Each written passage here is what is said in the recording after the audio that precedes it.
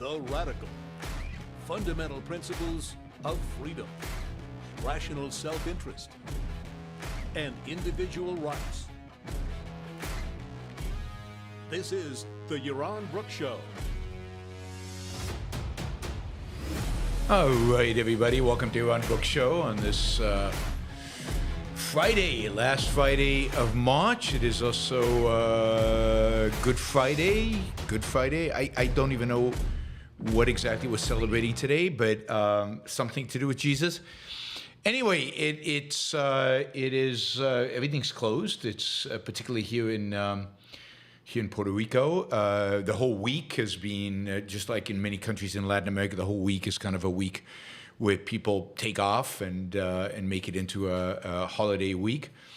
Jennifer says Friday is always good. It's Easter Friday. It's Good Friday to have a Good Friday. All right, you guys are endlessly creative. But yeah, hopefully everybody's having a great Friday and looking forward to the weekend. And hopefully you had a fantastic week. Andrew says it has something to do with Jesus and bunnies. Yeah, the eggs, looking for eggs. I remember something like that. But that's Sunday, right? Sunday's Easter. Today's not Easter. Anyway, happy Easter weekend to everybody. I hope you have a great weekend. Okay, let's see. We want to, let's just jump in with the news. SBF, you remember SBF, Sam Bankman-Fried, the CEO of bankrupt FTX. Sam Bankman-Fried was, as you know, convicted of fraud, as you know because we covered it on the show, convicted of fraud for what he did at FTX and has been fined billions of dollars, so his personal wealth has basically been eviscerated to try to pay off some of the debts that the company had when it had been bankrupt. Interestingly enough, as it turns out, because of what's happened with crypto and particularly what's happened with Bitcoin and with the rest of crypto over the last few months, with it achieving all-time highs, going above 70,000 and stuff, the assets of FTX actually turned positive, and I think people actually made money on the bankrupt company because it held enough Bitcoin to cover everything. But of course, that doesn't mitigate the fact that there was fraud committed, and at the time of the company shutting down and the fraud, prosecution, it was in the red. It's only turned green because of the market, right? Because of the movement in the market. Anyway, Sam Bankman-Fried was sentenced yesterday to 25 years in jail. Now, I'm no Sam Bankman-Fried fan for many, many, many reasons. Among them, his effective altruism, but more importantly, he committed fraud, and he should go to jail. And that is really, really, really bad. But 25 years in jail? I mean, there are rapists who don't get 25 years in jail. Second-degree murder doesn't get, I think in many cases, doesn't get 25 years in jail. Beating somebody up, aggravated assault, doesn't get 25 years in jail. I mean, this seems like, this is nuts. It reminds me a little bit of kind of Donald Trump's $450-something million fine. I mean, these are ridiculous, particularly in an era where shoplifting, cool, we're not going to even prosecute you. You can punch somebody in the face, as happened in New York recently. Just a random woman walking down the street was punched in the face by some guy who's obviously mentally ill, but he got some minimal thing, and he's back on the streets. I mean, there's something very, very wrong about this kind of sentence for these kind of things. SBF is obviously a bad guy, but he's not the kind of bad that I think justifies this kind of sentence. What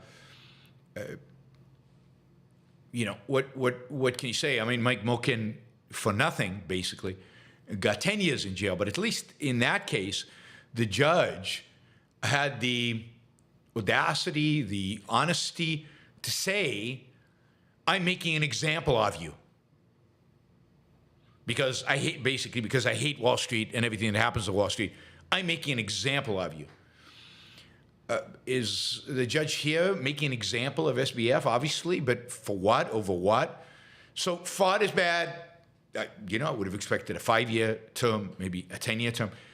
25 years is just insane, given how we treat violent criminals in this culture. So I don't know. I feel sorry for.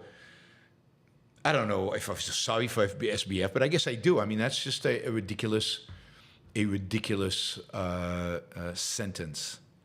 I wonder if some future administration will pardon him, given how many political contributions he made while he was around. But I'm not sure they will. I mean, why? I'm sure a lot of them would just rather forget him. He's gone.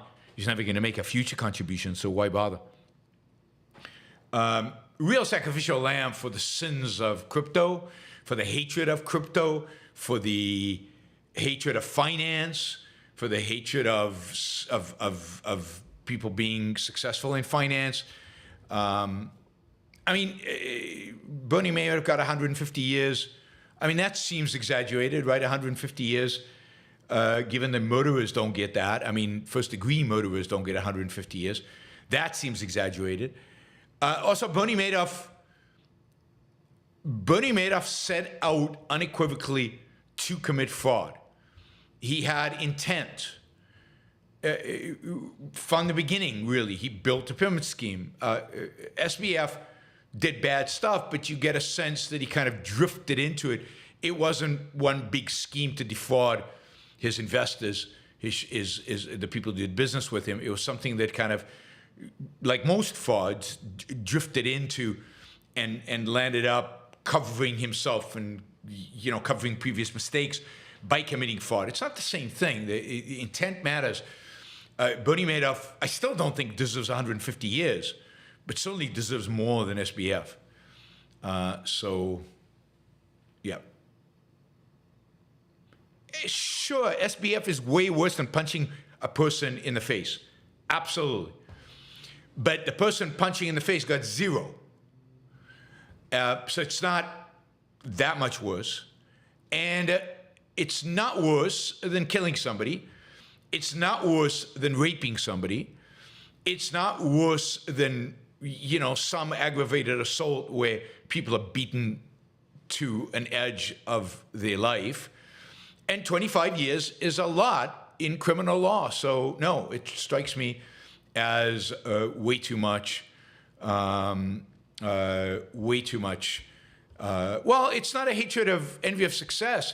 It's a hatred of people in finance. And yes, some people in finance commit fraud, so let's really go after them as compared to everybody else. But I would say there are lots of violent crimes that are much, much worse than what SBF did. And look, the people who participated, the people who invested, the people who played along and had dealings with SBF, were somewhat blind to this, right? Were somewhat evasive to this. It's not like they are completely innocent and that a little bit of due diligence would have discovered this. The same thing is true, by the way, Bernie Madoff. Lots of people refused to give Bernie money because they understood what was going on. So I'm not blaming the victims here, but I'm just saying I'd like to see sentences on violent crime go up and sentences on this kind of stuff come down. Not to 0, 5, 10 years, still a significant chunk of somebody's life. This strikes me as exaggerated. All right. Thank you, Jonathan, for the sticker. Thank you, Silvanos. Really appreciate it. Thank you, Stephen. Really appreciate it, guys. All right, let's see. Yes, 1 billion Americans. So Matt Ingleses is something like that. I can't pronounce his name ever. Anyway, he wrote a book a few years ago about 1 billion Americans and the economic value of having 1 billion Americans, and America should be a country of 1 billion people. And I'm a supporter of that and that kind of thinking. I think more people in America is good. It's good for everybody. It's a win-win. We can discuss whether to give them citizenship and voting and all of that, but from an economic perspective, this is a good thing. A good thing. I don't have a lot to say about this, but Elon Musk seemed to agree. So here's Elon Musk, who has argued against illegal immigration quite a bit, argued for legal immigration, but really hasn't proposed a plan for how to get legal immigration up to the levels where illegal immigration becomes irrelevant. Elon Musk basically tweeted, there's a tweet of the Rockwell painting of the guy standing up to speak in a town hall meeting or something like that. It's a very famous illustration. I like it a lot. It's, I think, my favorite Norman Rockwell in terms of illustration. It's not great art, but it is great illustration. It kind of represents free speech, a common man standing up and voicing his opinion, making his opinion heard, right? And under that, the guy writes, there should be 1 billion Americans. And to my surprise, and I think the surprise of a lot of people, Elon Musk goes, yes, exclamation mark. So I just want to say, good for Elon Musk. This is great. I mean, I'd love to see Elon Musk come around to supporting a robust program of, employment-based, large-scale immigration. Large-scale immigration. So, that would be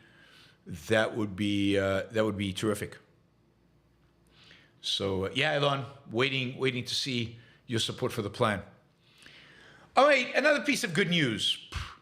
The Biden administration has approved a $1.5 billion commitment to basically recommission the Michigan nuclear power plant, a Michigan nuclear power plant. So they're taking an old nuclear power plant. They can invest heavily in basically bringing it up to snuff, up to speed, and connecting it to the grid and re-engaging it. I think this is good news. Anytime we can get more nuclear power up on the grid, that is a good thing, given the hostility towards nuclear power that has dominated this country since the 1970s. If we can break through and actually increase nuclear capabilities, it's a win-win-win for everybody. I don't like particularly that the government is spending $1.5 billion to do this. The government shouldn't be engaged in this, but given that they subsidize wind farms and windmills and all this other stuff, I'd rather see the money go to a reliable energy source, an energy source that can be relied upon, whether it's cold or hot, whether the wind blows or whether the sun shines. And it certainly doesn't shine much in northern Michigan. So here in Covert Township, Michigan, I'm not even sure what part of Michigan that is, they will be recommissioning a completely refurbished, restored 800 megawatt electric nuclear power generating station. This is great. It's good to see nuclear power back on the grid. We need, particularly with the move that seems like inevitable, given where we are, it seems inevitable that that we're going to need a lot more electricity because, God, if this inevitable move to electric vehicles, almost inevitable move to electric vehicles actually pans out, then where's all the electricity going to come from? I mean, the grid needs upgrading, and you need a lot more power generation. You need a lot more conversion of one form of energy to the form of electricity. That is not simple. That's not easy. It's not easy to build up the grid, but it's also, where is that all capacity going to come from, particularly if there's energy and push to shut down nuclear power plants and to shut down fossil fuel generating electricity generating plants. So nuclear power is, of course, the solution to that. Steady, sustained, uninterrupted, reliable, day and night, 24/7, 365 days a year, energy. It's hard to beat that. Don says we need more substations. Absolutely. We need the whole infrastructure, the whole package of how to get there. One of the reasons I don't think we're going to get as many electric vehicles as some people predict, or as the state of California would like, or as other politicians would like, is because of this, because of the fact that it's just not doable. There's just not the infrastructure to sustain it. And there's no way California is going to go without cars, because there's not enough electricity to drive their electric cars. They will have to change their mandates and to allow internal combustion engines to continue for a while. Now, it's sad, tragic, that the government is even involved in telling us what kind of car we should drive, what kind of engine a car should have. Why not let the market determine this? Why not let the values of individuals determine this? But of course, the government is involved. It is heavily involved, and is heavily skewed towards moving us away from fossil fuels and towards electricity. It's interesting that consumers don't really want electric cars. Americans drive a lot, and they drive large distances.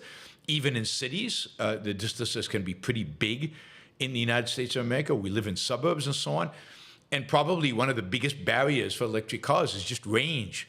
Who the hell wants to be stuck without electricity, without being able to charge your battery, every so many 100 miles? So range is a big deal, and the lack of availability of charging stations. It's also probably an issue of just the electric cars seem fragile. I don't think they are, but they seem that way, and they don't seem quite as robust as some of the non-electric cars. But anyway, for whatever reason, consumers don't seem to be that interested. Maybe it's price. Maybe when the Chinese come with under $20,000 electric cars, that'll all change. All right, abortion. I mean, this is a big issue. There's a lot to say here. Whoops, what happened here? I lost that news article. Where did it go? Anyway, interesting story this week from Alabama. Alabama basically has banned abortion pretty much across the board. It's very difficult. I think, with the exception of mother's life, and even that, it's almost impossible to get an abortion in Alabama.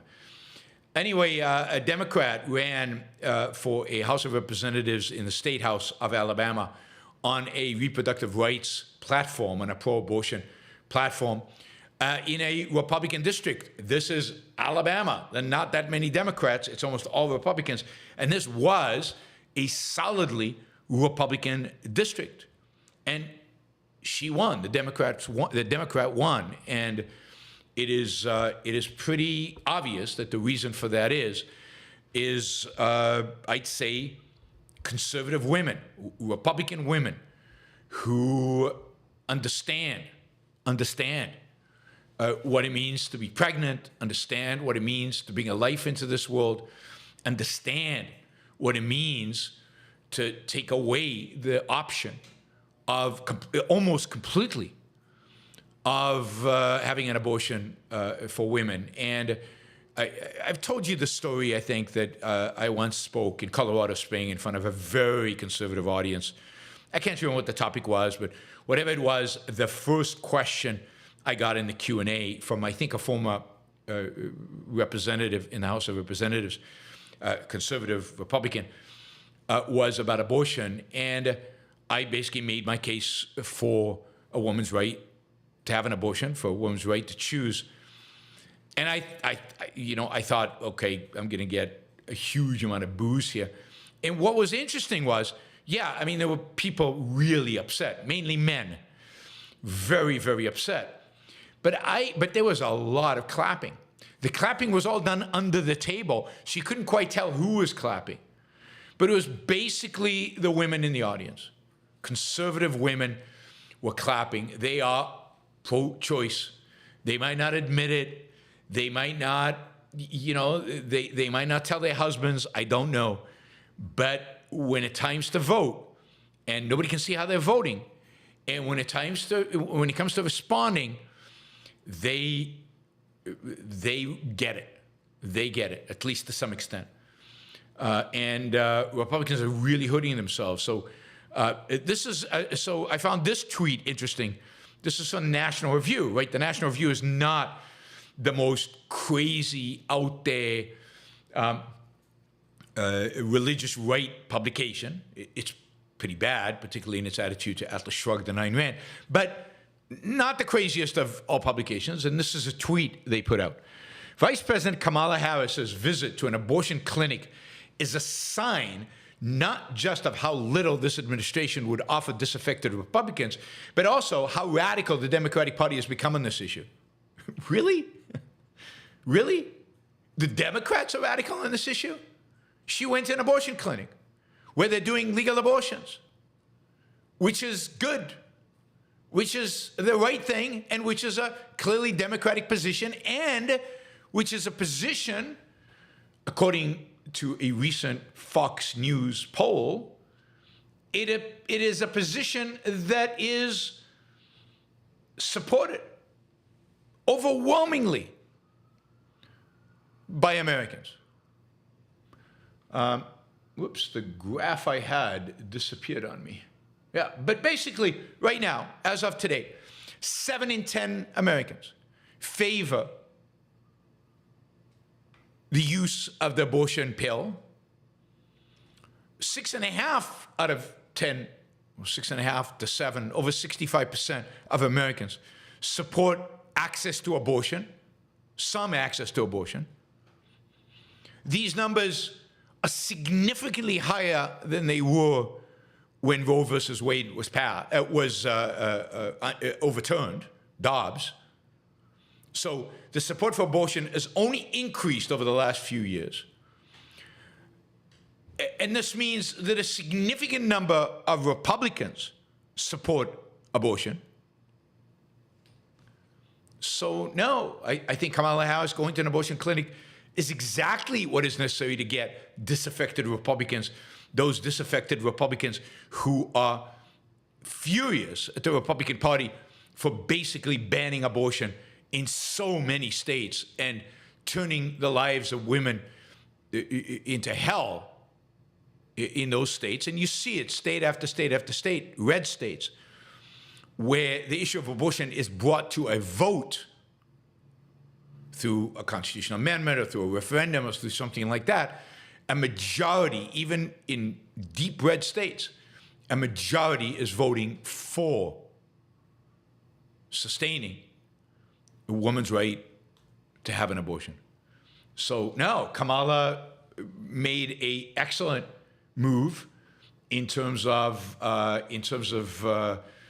electoral politics and in terms of morality. She's on the right side of this. She's on the right side of this. In Michigan, in the meantime, there is, we've got a bunch of Michiganians here, Michigonians here. In Michigan, there's a Senate race, and between a Democrat, obviously, and a Republican. The Republican is a former congressman who has a strong, this is Mike Rogers, who has a strong anti-abortion record. He was actually one of the sponsors of a life at conception bill that the House tried to pass. Let me tell you, abortion rights, the issue of abortion is going to be a major issue in Michigan when it comes time to vote for the Senate. Even though Michigan has instituted into its constitution the right to abortion, I think Michiganers,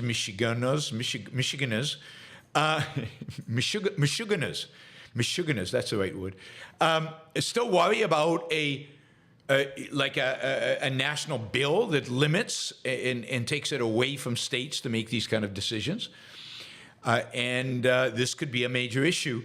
And generally, abortion could be the major issue that flips the Senate, look, this year, Democrats are unbelievably exposed. Democrats should lose the Senate. There's no question. They should have lost the Senate, 2 years ago. But this year, they definitely should lose the Senate. They have a one-person majority. Republicans almost sure to pick up West Virginia. So that makes it equal. And there's a bunch of red states where Democratic senators are running and Republicans expected to pick up a number of seats. And this is the year Republicans should take the Senate based on just the math. And 2 years ago was the same thing. This year is even more so. Abortion could be the issue that makes it really challenging for Republicans and might cause them not to win the Senate, or to win the Senate, but with a very small majority. And also could cause them to lose the House. And that's great. That is great that it's an issue where it happens to be the Democrats are right that gets them elected, rather than issues where Democrats tend to be wrong, which is most of the issues they advocate for.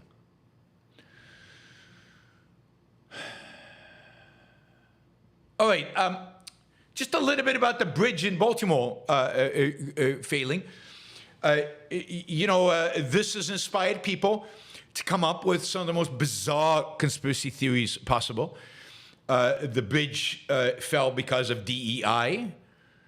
The bridge fell because of open borders, too many migrants. Who knows? The bridge fell. It might be because of the U.S. support for Israel. Hard to tell. But so there is a plethora of conspiracy theories out there about why this bridge fell. Of course, interestingly enough, while blaming immigrants, of course, the victims, the people who died, were the construction workers on top of the bridge, fixing it, maintaining it, making it better, who are all of immigrant origin, or I think a significant number of them are immigrant origin, just as an aside. But this has also led to just this panic over American infrastructure is failing. This is more sign of American decline. Everything's blowing up. Everything's crashing. Everything's imploding.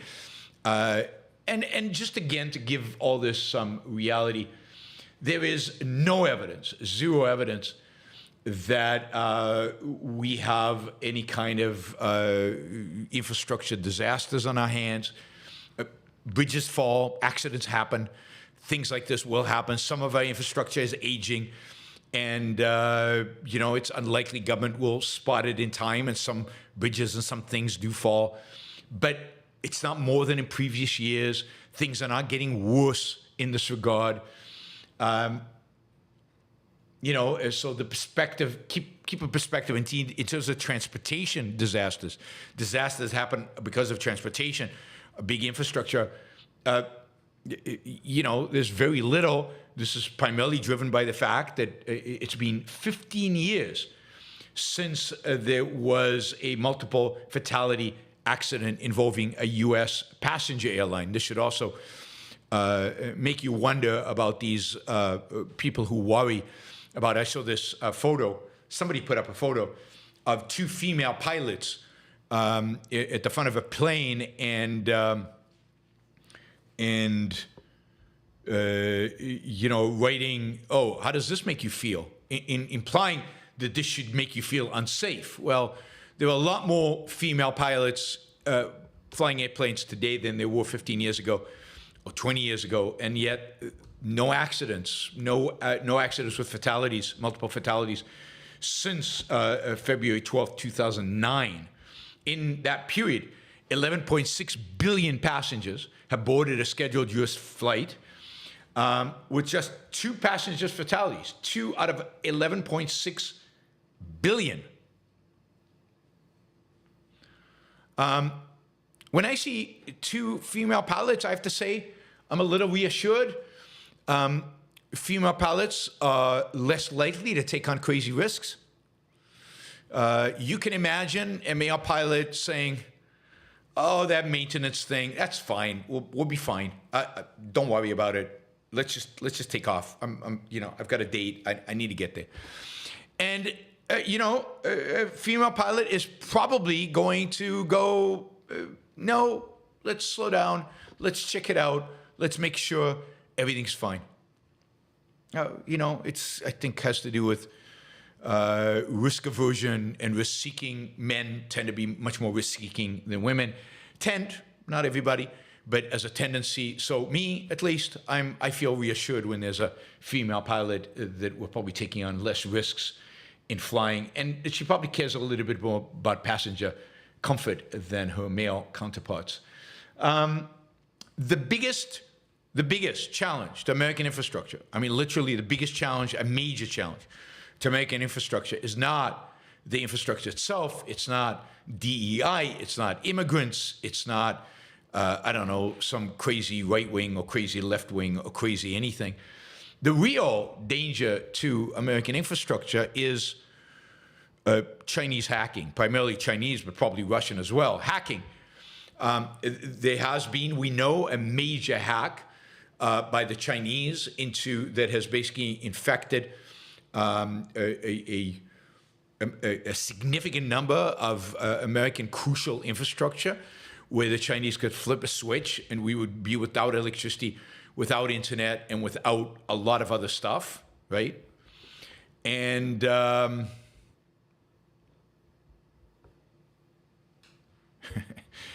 and the consequence of that it would be horrific, particularly if that was at the same time as, let's say, China invaded Taiwan and the U.S. was trying to deploy troops, and the whole infrastructure in the United States was collapsing.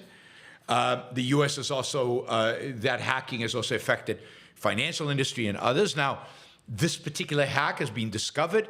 They have tried to clean it all up and try to do away with it. There've also been periods in the not so distant past where Chinese equipment, telecommunication equipment, was found to have all kinds of back doors that would allow the Chinese government to basically shut it down, as some of that equipment was geared towards being installed in military bases in the United States. That has been shut down. But I would say the biggest threat to infrastructure is hacking, given that everything today, everything crucial has a chip inside of it, and therefore can be hacked. And anything that can be hacked probably will be hacked.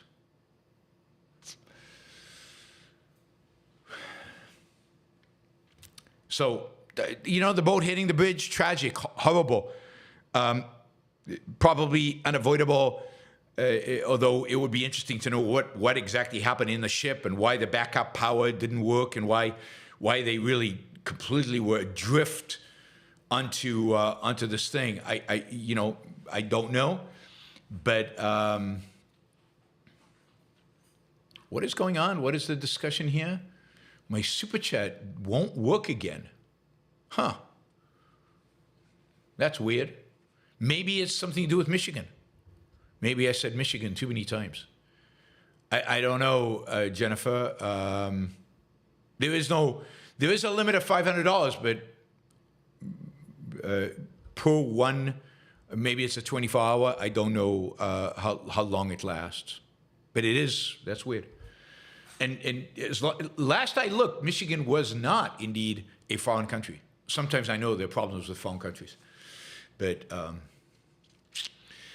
all right. Lastly, Daniel Kahneman, I think I'm pronouncing that right, passed away this last week. I don't know how many of you are familiar with Daniel Kahneman's work, but he was a Nobel Prize winner in economics.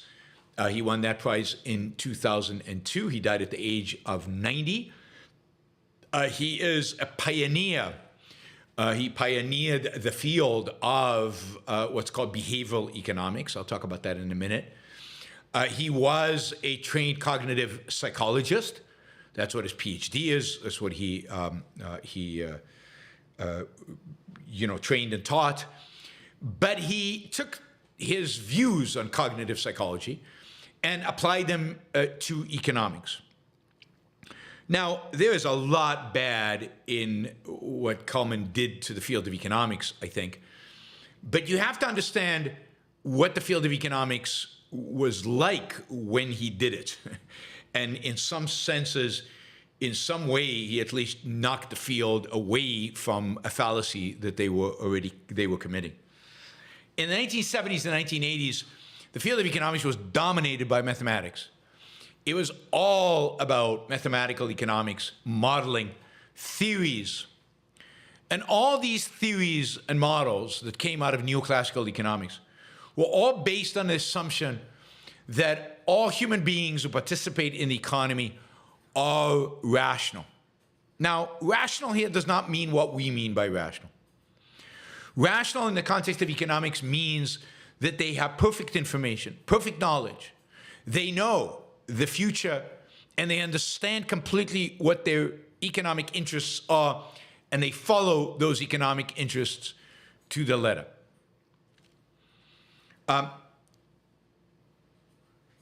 So it's similar to perfect competition in the part about competition and monopolies that I often critique from economic textbooks. Here, the idea was, and finance has this as well, all the models are built on this notion of rationality, of perfect information, perfect knowledge, and perfect knowledge of your own interests, that is, of the own outcomes. And you're acting in the economy knowing all of this. And you need those kind of assumptions in order to put math to decision-making. Because the reality is that the way people actually make decisions in the world, even when they are rational, they still don't have perfect information. They still don't have perfect knowledge. They still don't know what the outcomes are going to be necessarily with certainty. And therefore, it's much messier and not amenable to equations. And basically, Kahneman came along and said that, but he said it stronger. He said, look, basically, I can show over and over again in studies that people are irrational. They're not rational. They don't make optimal decisions. They're not good at calculating probabilities. They come to conclusions in the sense they induce from too few observations. They have multiple cognitive biases that prevent them from being rational. Now, of course, what he's saying here is not that all people are like that. He says a significant number of people, a significant number of players, participants in the marketplace are like this. And therefore, your assumption of this perfect, idyllic, rational economic man are wrong. And therefore, your theories are wrong. And in that, he is right. But his conclusion, of course, is, well, human beings are irrational. That's their very nature. So his impact on the field of economics is moderately positive in that he knocked down the assumption of this perfect rationality, and he created a situation where people, he created a situation where people had to rethink, had to reconsider the theory, which I think is a good thing. It's a good thing. But he also introduced this idea into economics that individuals are inherently irrational, that irrationality rules the day, and thus almost destroyed the capacity and the ability to have any theory of economics. So I think his legacy is very mixed. As a psychologist, as a cognitive psychologist, Kahneman denies free will, And he denies, and this is what happens with all these theories, they deny that rationality is an achievement. It might very well be that the default is irrationality. The default is people at the perceptual level. The default is not thinking. And that's all true. But the rational is chosen. It's within any human being's capabilities. It requires effort and it's an achievement. But it's an achievement that makes you human. It's an achievement that every human being should strive towards. And that what we should be doing is encouraging people to be rational, understanding that unless they engage their minds, unless they start thinking logically, unless they open their eyes and look at the world, unless they take into account context and they take into account the inputs that they're receiving, they can't come to rational conclusions.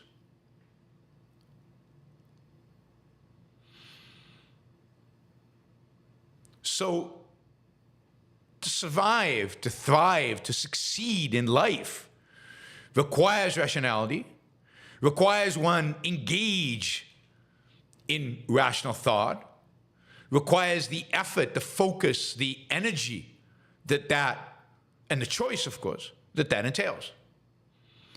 And that's what's important about rationality and these experiments. Yes, the experiments show that a lot of people are irrational. And they show that sometimes it's hard to get the right result. That is, rationality requires effort and it's fallible. That is, there are a lot of people who are rational who would fail some of the tests that they are given because they haven't been taught how to think properly. They really don't understand probabilities. That's something you have to learn, you have to think about, you have to study, you have to start thinking in those terms. Being rational and being logical requires thinking and effort. And this is why it's so important to teach kids mathematics. So important to teach them science.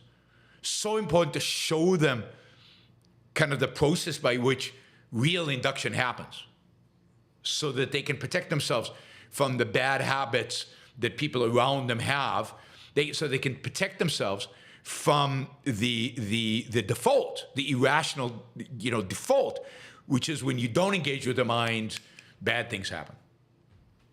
You cannot explain human achievement. You cannot explain human success. You cannot explain human progress without acknowledging rationality, and that some people at least, engage in it, use it. It's, to the extent that we are successful as individuals and as a species, it's to that extent that people are using their rational minds. To the extent that we fail, it's that extent we're not using our rational faculty. All right. Let's see. Kahneman, by the way, Kahneman was very influential. There's a whole field of behavioral finance. If you follow, what's the guy's name who wrote that book, A Tipping Point? Gladwell. If you follow Gladwell's work, there's a whole book Gladwell did, influenced by these ideas. Very, very influential in the world out there and the way people think about rationality, unfortunately. All right, we have a bunch of super chats that we are going to go to now. Let me remind you of a few things. One is, Miroslav just posted this. Official info on the super chat limit. There's a limit to super chat. Depending on your country or region, the daily and weekly purchase limit may vary. Wow, I didn't know there was a weekly. In general, you can spend up to $500 per day on super chat. I guess on all different channels, not just on one channel. Or $2,000 per week. So you're capped at $2,000 per week or $500 a day. Some of you some weeks might be reaching that $2,000 a week. Just on some days, like Michael Sanders might be, some weeks it feels like he might be reaching that limit. But yeah, you guys are great. And that is good information to know. So 500 a day, 2,000 a week, those are the limits. But then again, they're also blocking Jennifer, even though she hasn't reached either one of those limits. So who knows what else is going on? With the YouTube and the super chat, right? It's there's some kind of error that exists out there. Let's see.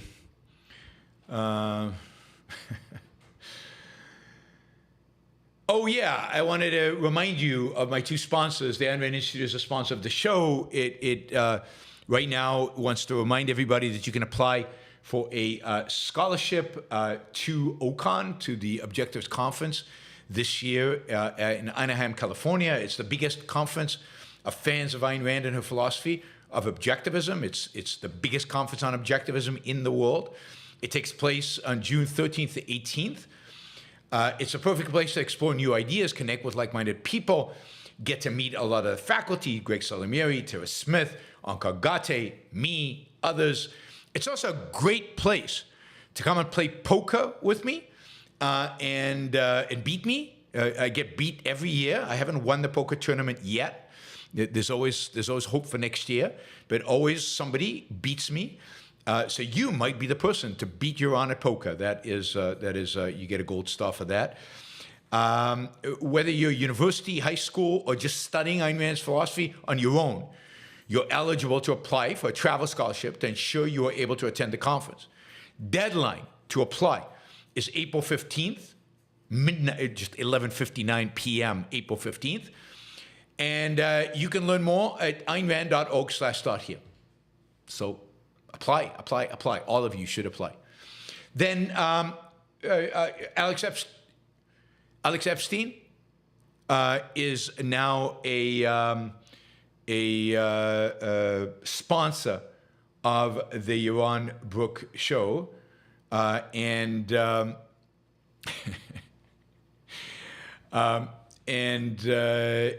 he wants to remind you to check out Energy Talking Points and the Alex AI. I mean, I'm pretty excited about the Alex AI. I think it's such a cool idea.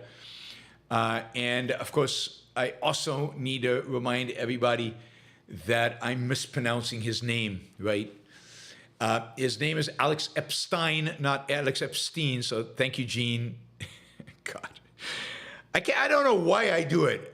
All right, Alex Epstein. Alex Epstein, I'll say it enough times, and I'm going to say it every day now because he's a sponsor.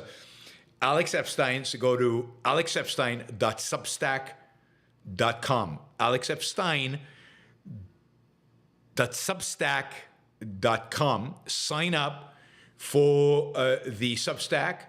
Sign up for the Talking Points.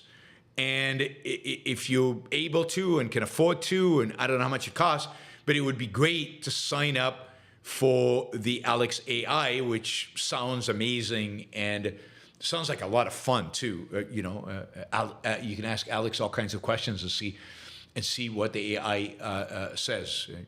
I'll let your imagination go wild. But think about it. This is an AI now in the hands. This AI is now in the hands of congressmen, senators, former candidates for the Republican nomination, and if they have a question about energy, if they have a question about drilling, about fracking, about anything related to energy, about windmills, about nuclear, they ask Alex, and they don't have to pick up the phone. They don't have to track him down. They just ask the Alex AI. I mean, think about the leverage that gives Alex and us, anybody who holds rational ideas. Think about the leverage that gives in terms of getting this message out into the world and into the hands of decision makers. I mean, unbelievably powerful. So congratulations to Alex, and I hope you guys support him by going to alexepstein.substack.com. All right, and signing up. All right, I see Jennifer has managed to make the super chat work, so That's excellent. We'll get to her question in a little while. Let me see. I just want to thank Gian, Mary-Aline, and I think I'm caught up. Yes, Stephen, we thanked already. Okay, John, who again asked this question before the show even began. So thank you, John, for getting us started in such a positive direction.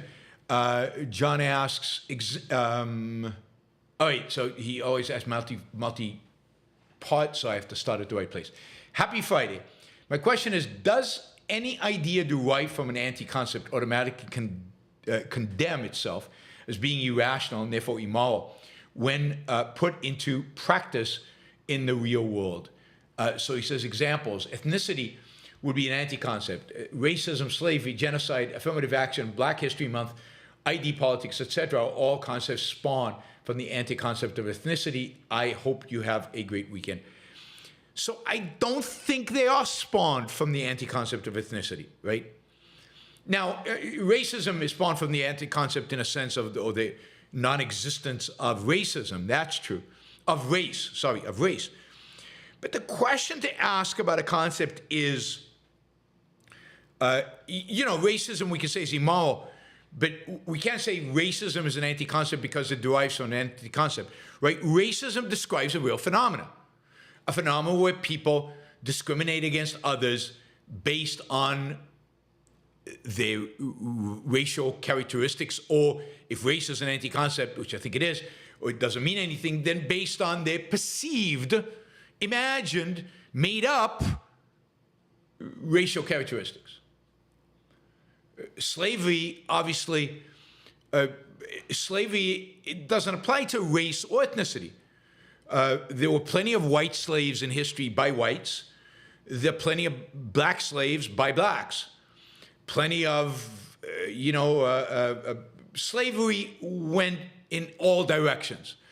And you can completely detach slavery from the concept of ethnicity or race. So you have to, in order to morally evaluate it, I don't think you look for what concepts it is rely on, and if any of those concepts is an anti-concept, then it must be bad. I don't think that's right. I think you have to look at what is it describing in reality? What is the phenomenon it's describing in reality? And then is that phenomena in reality? Is it real? And if it is real, is it good or is it bad based on the standard of human life?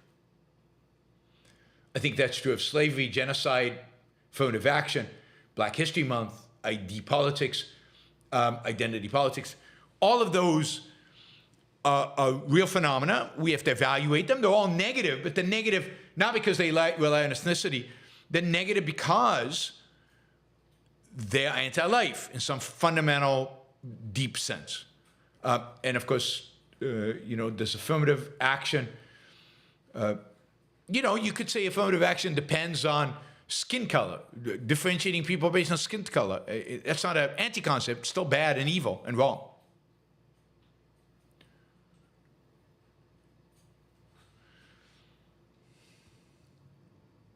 Thank you, John. Good question. Michael, what percent of people who call themselves objectivists really get it? I don't know. I mean, it's so hard to tell, right? I mean, did Nathaniel Branden in the 1960s get it? Would I have said he got it? Probably. Did he get it? No. So it's one thing about how many people get it. It's another thing about whether you know how many people get it. Because how can you tell? Do they have to pass a test? So I don't know. Not everybody, obviously. Not everybody. And some people do get it. But in terms of percentages, there's no test I know of how to run to determine whether somebody got it or not.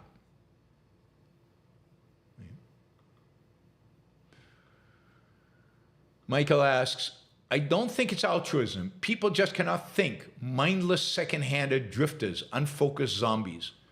I don't know why you see, Michael, to resist the idea of altruism. It's a combination. One of the reasons people don't want to think, choose not to think. Because what's the point if the purpose of life is to live for other people? That is, altruism is everywhere, in everything, in one way or another. Everywhere and everything. Now, I don't know what this particular question refers to, maybe to SBF. I don't remember. But yes, I do think that people are So many people, too many people, way too many people are mindless second-handers who are drifters. Michael also asks, as the world collapses and starts to get more rabidly anti-Semitic, can you see Israel using its nuclear weapons? I mean, only if it faces an attack that places its very existence in question. And, you know, I don't know what kind of attack that would be. You could imagine something where, I can't imagine who would attack it to place it in that situation. But imagine, I don't know, some coordinated effort by all the Arab countries that is a complete surprise to Israel, which I think would be very difficult or really impossible to pull off. And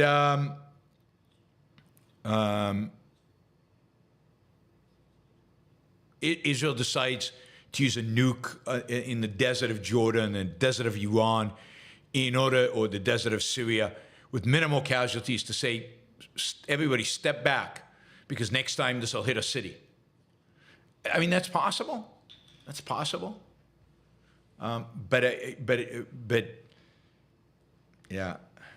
I mean, I worry much more about Israel eating itself from within than I do about about people destroying it that way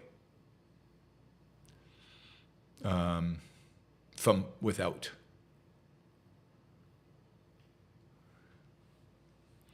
All right. Sylvanos, do you think abortion is an important enough issue to form a very party around? Imagine all the Republican women splitting off.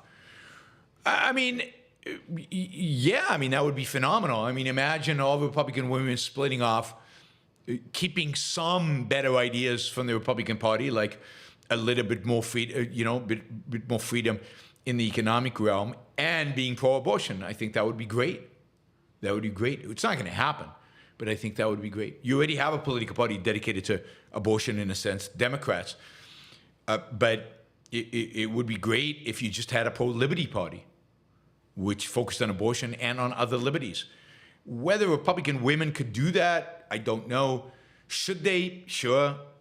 Will they? No. Won't happen. Won't happen. But it is a huge issue because it's a fundamental issue of liberty. And red states are violating individual liberty, particularly states like Alabama, where it's completely banned, with the exception of a woman's life in danger. That is such a violation, such a huge violation of individual liberty. And people who don't care about abortion just don't care about human beings. They don't care about human life. They don't care about liberty. They don't care about freedom. And if you don't think it's a slippery slope, you have no concept of how morality works and how ideas work. It's a massive slippery slope. But beyond that, it's just destructive of human life. It's destructive of human life, and as a consequence, everybody who values human life should support the right to abortion. Whoops, didn't mean to do that. Andrew, a little rich that leftist media decry Trump repeating a lie until it's believed. They repeatedly portray Israel as war criminals, and public opinion turns on Israel. Both sides use the same tactic to push different lies. Yeah, absolutely. And look, the left invented this. This is not an invention of the right. This is an invention of the left.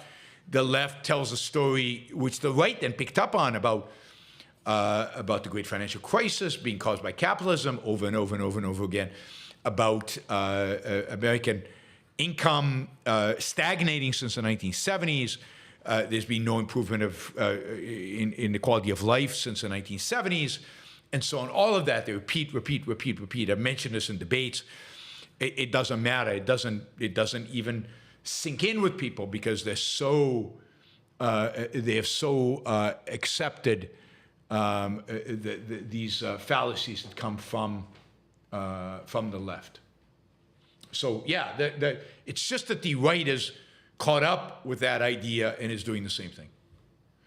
Jennifer, me, Rick, Amy, and Robert, and Mina are going to Ohio on April 8th to see the eclipse. I can't remember if you said you have seen one. I don't think I've ever seen a full eclipse. So no, that's great. That'll be a lot of fun. It's exciting to see these natural phenomena that are unusual. And I mean, imagine how people in a pre-scientific era viewed these, and how smart people, the rational people, had to figure it out and figure out what was going on, and how that was, to a large extent, the beginning of science, trying to understand the heavens, trying to understand what the hell is going on up there. Have fun. Gene, odd times. Is Puccini's La Bohème worth watching live? Yes. It's a beautiful, beautiful opera. I think it's relatively easy to get into if you're a beginner. I don't know what the staging is like. I mean, you have to go to a good production where the staging is good and not some modern freak show. But if the staging is decent, then absolutely, it's just a fabulous opera, and to see it live with the acting and the emotion expressed, and the way the acting is supporting the singing, and it's one of the great, beautiful, romantic, sad, very sad operas. Almost all operas are sad. La Bohème is particularly sad. Mary Lee says, Good Friday celebrates the crucifixion. All right, he died for your sins. We should celebrate the fact that we are sinless because he died for them. We might go to heaven because Jesus died for our sins. So good reason to celebrate. Thanks, Mary Lee.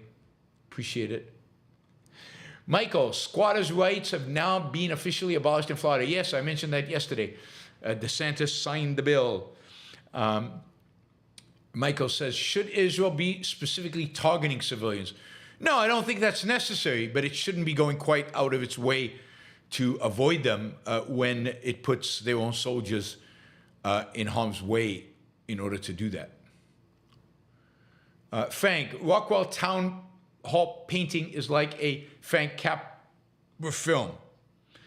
Yes, and both were not exactly capitalists. Both were, F.Capra was borderline, it was a socialist and very anti-American capitalism in many regards, but he had this notion about, the individual standing up, but in a socialist context, very confused philosophy, and you can see it in his movies.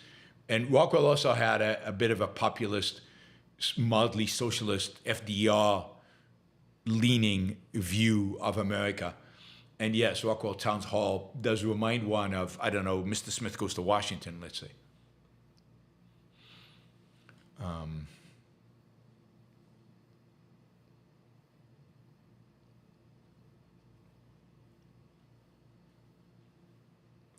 Justin, have you caught up with Shogun and Three Body Problem?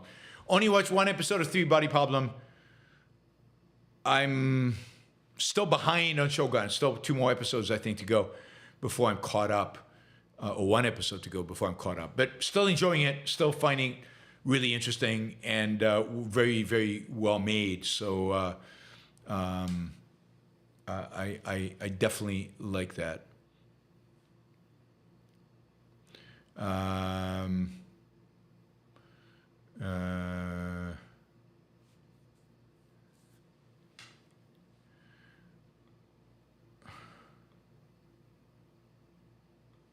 What the hell? All right. Let's see.